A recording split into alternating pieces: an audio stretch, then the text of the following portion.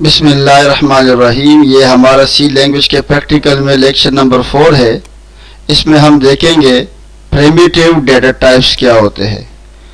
تو primitive data type ہمارے پاس پہلا ہے انٹ. انٹ جو ہے یہ انٹیجر کے لیے یوز ہوتا ہے. انٹیجر کیا ہوتے ہیں؟ ہول نمبر ہوتے ہیں، یعنی جس میں پوائنٹ نہ ہو، ڈیسیمل نہ ہو.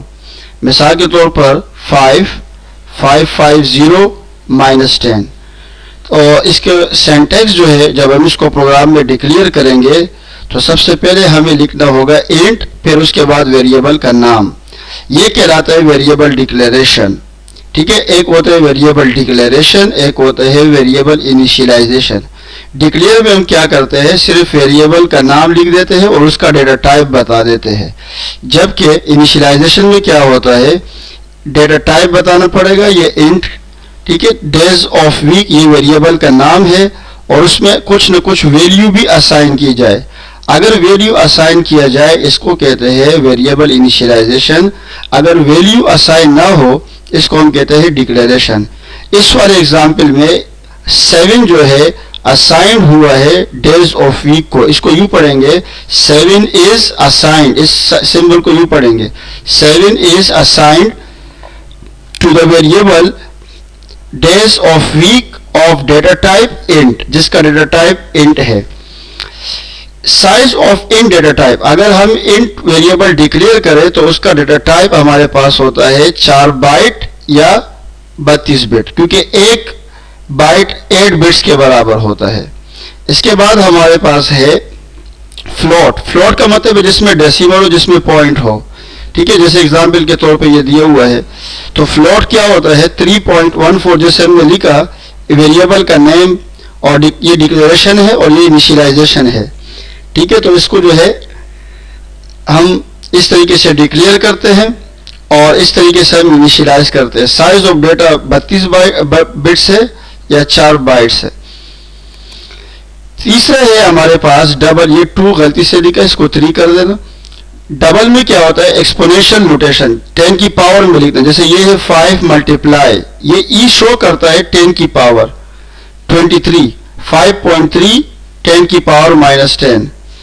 فلوٹ ویریبل یہ لیا ہم نے ویریبل کا نام اور اس میں قیمت کچھ ڈال دیا 3.14. سوری، یہ ڈبل ہے، یہاں پہ آپ ڈبل کر دیں گے اور اس میں ایسی ویلیو کوئی آپ نے لکھنی ہے 5.3 10 کی پاور سم تھنگ. ٹھیک ہے، تو یہ اس کا جو ڈیٹا ٹائپ ہے وہ آپ کے سامنے لکھا ہوا ہے. اس کو ہم پریکٹیکلی دیکھیں گے، اس پہ ریلائی بھی نہیں کرنا ہے، یہ بھی یاد رکھنے والی بات ہے. کیریکٹر یہ چوتھا قسم ہے. کیریکٹر ڈیٹا ٹائپ جس کو ہم شارٹ میں CHAR کار لکھتے ہیں اور یہ الفابیٹ کے لیے یوز ہوتا ہے. ٹھیک ہے، اس کو یوں لکھا جاتا ہے جیسے کار اے ویریبل کا نام ہے اور اس میں اسائن ہوا ہے M. تو یہ انیشیلائزیشن ہو گیا. اور ڈکلیریشن میں آپ یوں کر سکتے کار اے صرف لکھ دیں، ویریبل کا جو بھی نام ہے.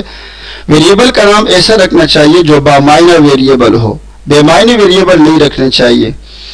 ٹھیک ہے، اور اس کا جو سائز ہے وہ ہمارے پاس 1 بائٹ یا 8 بٹس ہے. اس کے بعد یہ سائز آف فنکشن. یہ سائز آف فنکشن جو ہے آپ لازمی طور پہ یوز کریں.